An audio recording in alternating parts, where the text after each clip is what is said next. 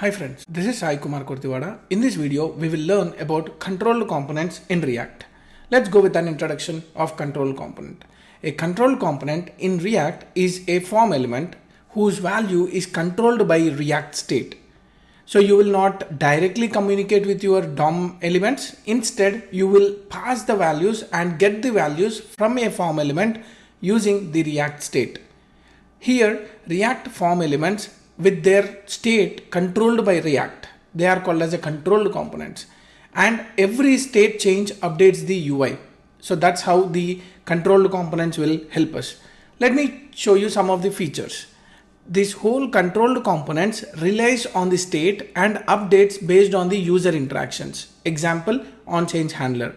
This allows the forms to always reflect to the component state, enabling the validations and also logic to be centralized. So for example, if you have a form element, you will be holding a state values for that specific form, and you can have a user interaction events like onChange, and this will go synchronously by using React data flow, and it helps us to do the validation on the fly. So that's about your controlled component features. Coming to the benefits, it is used for better control over form behaviors, easy validations, enabling the dynamic UI logics for forms, great for reusable components. So these are the benefits which we can get by using a controlled components. Controlled components are ideally for the scenarios where you need the real-time feedback. Like example, if you want to have a login page with the password where you want to check the validations of that password strength, then you can use this controlled component.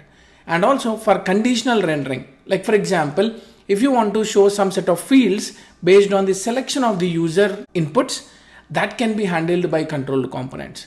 And if you want to have a form wizard, like you want to completely have a multi-step form, then also you can use the controlled components. These are some of the use cases or the examples where we use controlled components.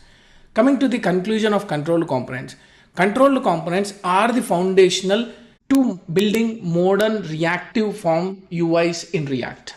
Controlled components offer a state-driven form controls. It improves the reliability and testability preferred for complex and dynamic forms in React. And every form, whatever we are trying to write in the functional components, we use a state for it.